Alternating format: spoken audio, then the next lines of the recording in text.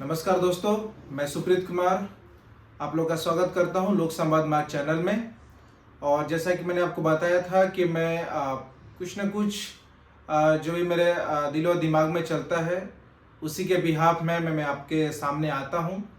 और धन्यवाद दोस्तों, मैं देख पा रहा हूं कि लास्ट जो मैंने 3 वीडियो अपलोड किए हैं आप लोगों ने बहुत ही मुझे सपोर्ट किया है और ऐसे ही आप सपोर्ट करते रहिए ताकि मैं आपको आगे की और चीज़ें जो देश में घटित हो रही हैं घटनाएं उसके बारे में मैं आपको बता सकूं।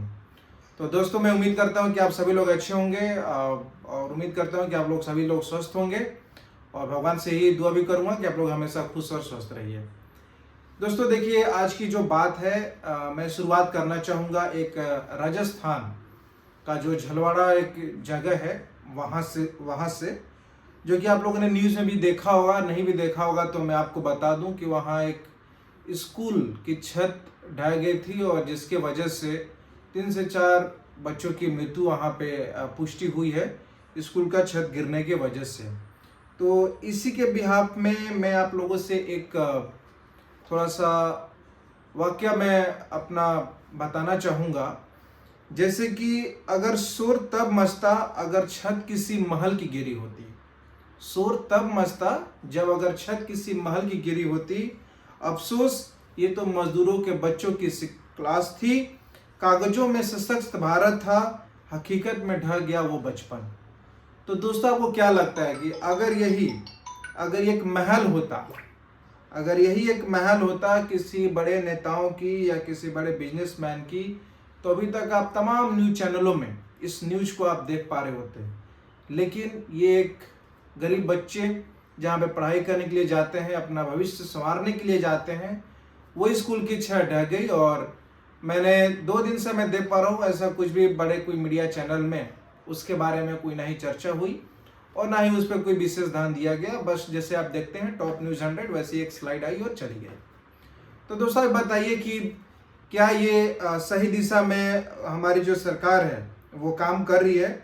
क्योंकि मेरे हिसाब से जिस देश की स्कूल की छत टपकती हो और मंदिरों और मस्जिदों की छत सोने से जड़ी हो, वह देश कभी तरक्की नहीं कर सकता। यह मेरा मानना है।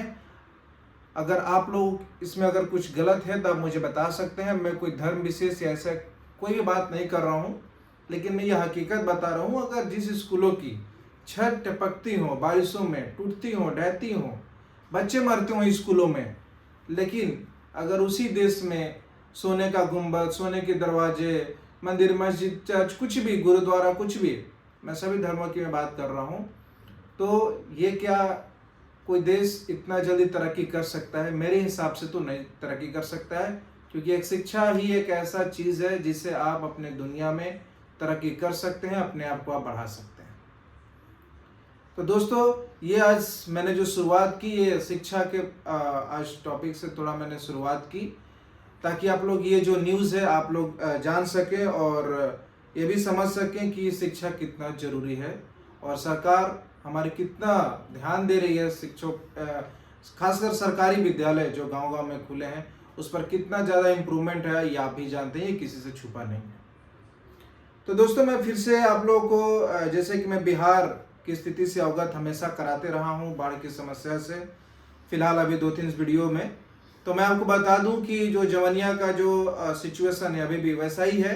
लेकिन हाँ, मैं 2-3 दिन से मैं फॉलो कर रहा हूँ तो देख रहा हूँ वहाँ तमाम तरह की जो सुविधाएं हैं, बुनियादी सुविधाएं जो बेसिक्स हैं, जैसे मैं देख पा रहा हूँ किसी संगठन द्वारा कोई टॉर्च बांट रहा है, कोई खाने की सामग्री बांट रहा है, कोई पानी की बोतलें, कोई बेड गद्दा ही दे रहा है। लेकिन चलिए, कम से कम लोग ही दे रहे हैं। हमारे नेता और एमएलए और हमारे चाचा और भैया अभी भी तो एब्सेंट ही हैं वहाँ से। वो आएंगे चुनाव के 1 दिन या 10 दिन पहले आएंगे, पैसे देंगे और चले जाएंगे, कहेंगे वोट दे दिया, बाद में हम तार घर बनवा दें, लेकिन वो बनी ना।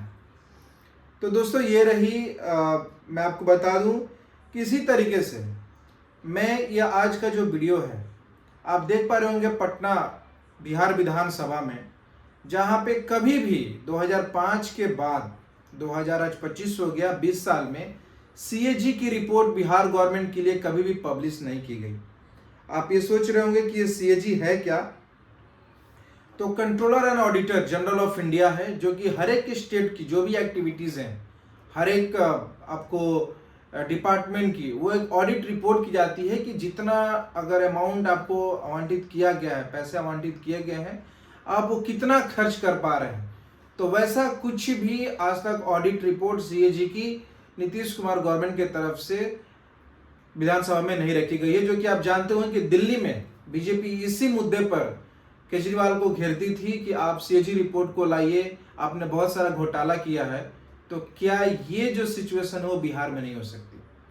दोस्तों, बिहार में अगर आज नीतीश कुमार अपने पद से इस्तीफा देते हैं या वहां की गवर्नमेंट जाती है, या कोई भी जनसुराज हो या आरजेडी या कोई भी XYZ अगर पार्टी सरकार में आती है, मैं आपको लिख के दे रहा हूं कि ये बहुत ही बड़े जो बिहार में घोटाले हुए हैं, अगर उजागर नहीं होंगे तो आप जानते होंगे हर घर नल योजना। आप जितने लोग आप मेरा वीडियो सुन रहे होंगे, मुझे उम्मीद है कि मैं जानता हूं कि कितने लोग घर में ये पहुंचा है नल जल और कितने घर के लोगों पे पास नहीं पहुंचा है, ये आपको भी मालूम है। तो सबसे बड़ा घोटाला तो मेरे हिसाब से इसी डिपार्टमेंट में है, जो कि मैं एक छोटा एक एग्जाम्पल के तौर पे आपको एक डिपार्टमेंट का नाम दिया, जो कि सीएजी की रिपोर्ट नहीं रखने की वजह से कितना बड़ा ये हमारे लिए अननोन चीजें हैं कि हम नहीं जान पा रहे हैं कि बिहार में हो क्या रहा है। और जो भी आवंटित पैसे हैं, जब भी कोई बड़े देश नेता आते हैं, प्रधानमंत्री जी हमारे आते हैं, 2-4 ट्रेन हरी झंडी कर कर चले जाते हैं और वो हमारी ट्रेन मजदूरों को ढूंढने में लगती है।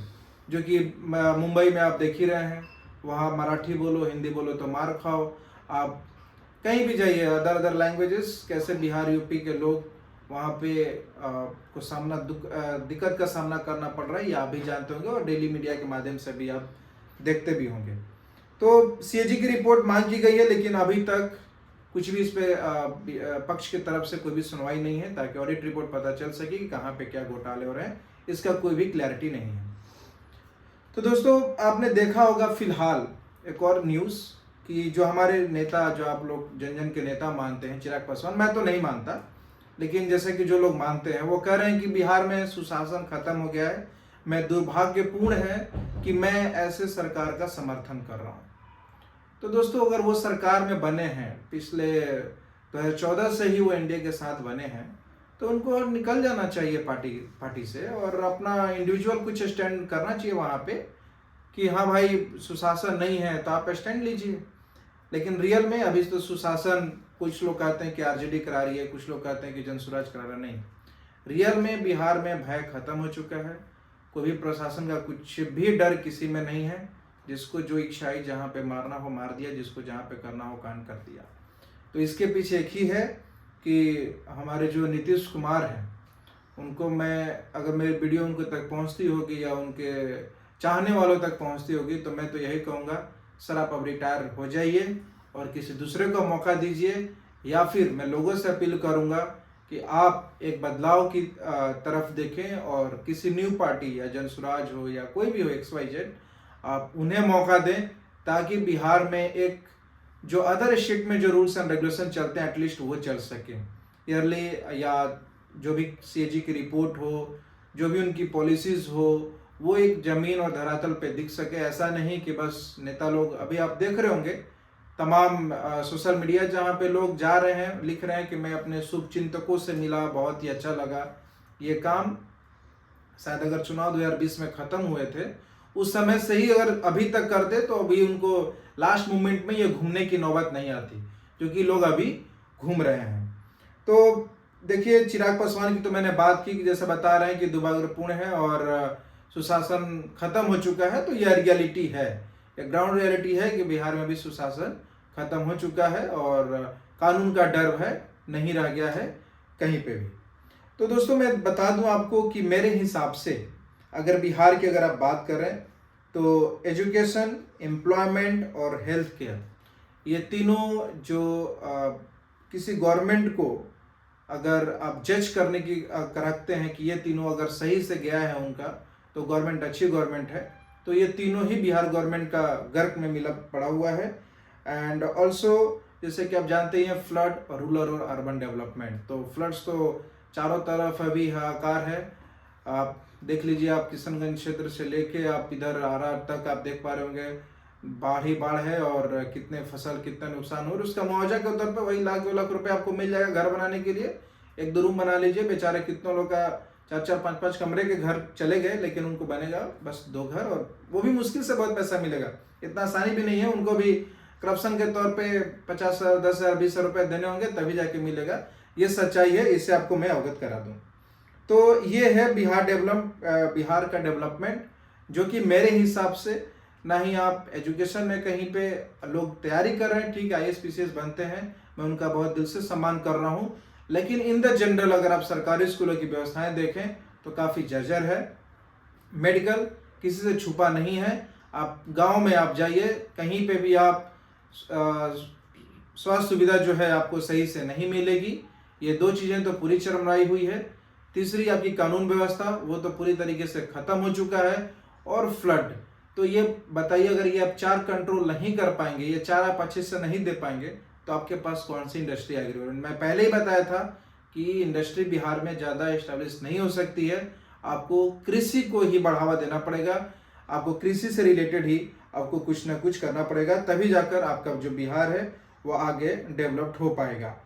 तो बस मैं आपका 2 मिनट समय लूँगा दोस्तों, जस्ट मैं कोट्स के साथ मैं अपनी बातों को यहीं पे समाप्त करूँगा।